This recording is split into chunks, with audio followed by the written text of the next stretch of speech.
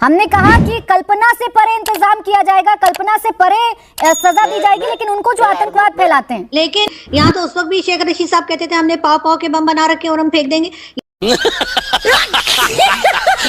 यहाँ पे तो एक आम सी बात है, चलते फिरते हमारे पॉलिटिशियंस ये बातें किया करते हैं और सब कहते थे पाव पाव के बम क्या है। अब शेख रशीद साहब कहीं दिखाई नहीं दे रहे। और ये शेख रशीद साहब वही है जब पाकिस्तान ने न्यूक्लियर वेपन का जब टेस्ट किया था तो ये सबसे पहले भाग के। तो चलिए शुरू करते हैं। 26 निहत्थे पर्यटकों की मौत का बदला लेने की बात कर रहे हैं। हमने अटैक की बात ऑफिशियल तौर पर नहीं कही, हमने युद्ध की बात ऑफिशियल तौर पर नहीं कही। हमने कहा कि कल्पना से परे इंतजाम किया जाएगा, कल्पना से परे सजा दी जाएगी, लेकिन उनको जो आतंकवाद फैलाते हैं। लेकिन तो पाकिस्तान एसोसिएट कर रहा है खुद को सीधे सीधे आतंकवाद से ना। प्राची ये देखें, जब कुछ भी नहीं था, कोई इस तरह की टेंशन नहीं थी, कोई ऐसी बात नहीं थी। यहाँ तो उस वक्त भी शेख रशीद साहब कहते थे हमने पाव पाव के बम बना रखे और हम फेंक देंगे। यहाँ पे तो एक आम सी बात है, चलते फिरते हमारे पॉलिटिशियंस ये बातें किया करते हैं और सब कहते थे पाव पाव के बम क्या है। अब शेख रशीद साहब कहीं दिखाई नहीं दे रहे। और ये शेख रशीद साहब वही है जब पाकिस्तान ने न्यूक्लियर वेपन का जब टेस्ट किया था तो ये सबसे पहले भाग के दुबई या कहीं चले गए थे, मैंने जहां तक सुना है, और उसके बाद ये बाद में आए थे। तो ये बात करने की होती है, ये स्टेटमेंट्स होती है हमारे यहाँ, एक नॉर्मल सी चीज है हमारे पॉलिटिशियंस के अंदर। जो बिलावल भुट्टो कह रहे हैं, मैं बिल्कुल उनकी बात को भी रिजेक्ट करती हूँ, जो उन्होंने कहा कि हम खून की नदियां बहा देंगे, पानी बंद किया तो ये कर देंगे। यही हाल है और इसी किस्म की बड़के मार मार के जो है वो हमने आज अपने मुल्क को इस हाल पे पहुंचाया है। अगर हमने यहाँ पे जो लोग हैं, चाहे वो बलोच हो, चाहे वो पठान हो या कोई हो, उनको अगर हमने उनके राइट्स दिए होते अपनी जगह पे, जब भी भारत ने कई बार पहले भी कंप्लेन की है कि जी बम्बई अटैक हुआ, उड़ी हुआ, पुलवामा क्या क्या, अगर हमने उसके ऊपर कार्रवाई ठीक तरीके से की होती, ऐसे लोगों को सपोर्ट ना किया होता जिन्हें आज भी हमने यहाँ बिठा के रखा हुआ है, चाहे वो हाफिज सईद हो, चाहे मसूद अजहर हो, तो शायद हमारी पासपोर्ट की भी कोई इज्जत हो गई होती और हम काफी बेहतर तरफ चले गए होते। लेकिन अनफॉर्चुनेटली हमारे जो पॉलिसी मेकर्स हैं वो अपनी पॉलिसीज को ठीक नहीं कर पा रहे या करना नहीं चाहते। ये बात मैं नहीं समझ पाई।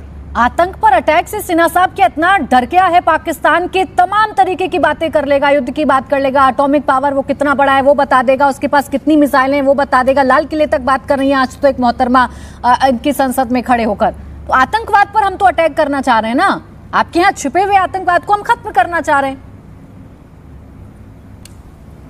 देखिए प्राची, भारत का स्टैंड तो बहुत सिंपल है कि आप आतंकवाद जो इनकी स्ट्रैटेजी का हिस्सा है, जिससे वो 1000 कट देना चाहते हैं और बहुत तरह से वो सक्सीड भी हुए हैं, 80 के दशक से वो चले हैं, तो वो सोचते हैं कि शायद इसी से ही भारत को हम जीत लेंगे। और वो तो यहाँ तक कह जाते थे कि उनकी जो तंजीमें हैं कि हमारे हाथ इतने लंबे हैं कि वी कैन रीच एनीवेयर, और उन्होंने करके दिखाया है, हमारे पार्लियामेंट तक भी पहुँचे हैं कि आतंकवाद का सहारा लेकर के। तो ये जो इनके मिलिट्री है, जो मिलिट्री डॉक्ट्रिन्स हैं या मिलिट्री डॉक्ट्रिन्स में स्ट्रैटेजी ऑफ 1000 कट, 1000 कट तो ये दे नहीं पाएंगे मिलिट्ररली, तो ये देते हैं इन आतंकवादियों से, वो उनके स्ट्रैटेजिक एसेट्स हैं। अब उस स्ट्रैटेजिक हम भारत ने क्या कहा है, भारत ने जो भी बात कही, प्रधानमंत्री ने कहा कि आपने अभी जो पहलगाम में किया है उसको हम कहीं भी धरती के किसी भी कोने से निकाल करके ख़त्म करेंगे, और उनके आकाओं को, तो इनके आका तो सबको पता है, ये नहीं कि पूरी की पूरी इनकी मिलिट्री, इनके आका है डीप स्टेट ISI है, और इनके जो ऊपर के रहनुमा हैं, इनके मिलिट्री में बहुत बड़ा डिवाइड है।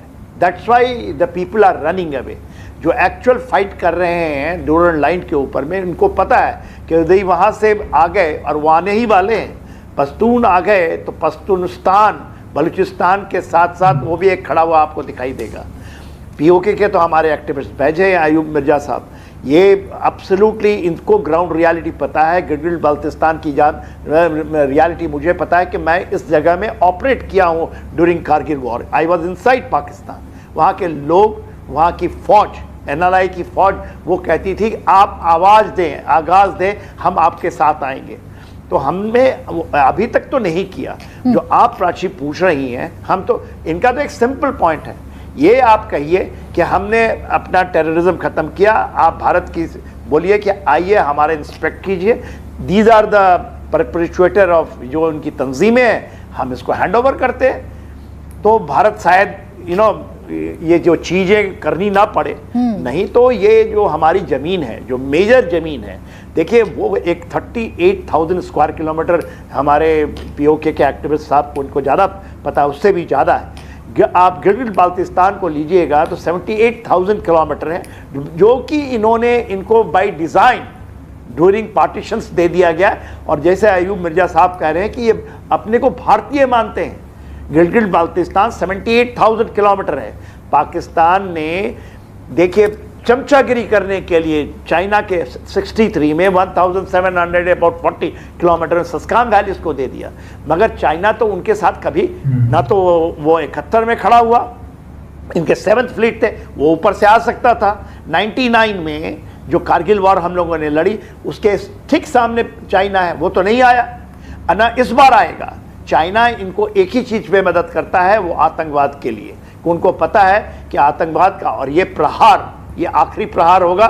ये तो मैं आपको बताता हूँ प्राची जी, ये और किस तरह से होगा आप आने वाले समय में देखेंगे। बात बिल्कुल सही है। चाइना सिर्फ फालतू चीज़ें उन सपोर्ट करता है, जब वो युद्ध लड़ते हैं तो उसमें सपोर्ट नहीं करता। वो सिर्फ फालतू आतंकवाद फैलाओ, लोग मार दो, गलत चीज़ों में चाइना सपोर्ट करता है पाकिस्तान को, और पाकिस्तान उसके जाल में फंस भी जाता है।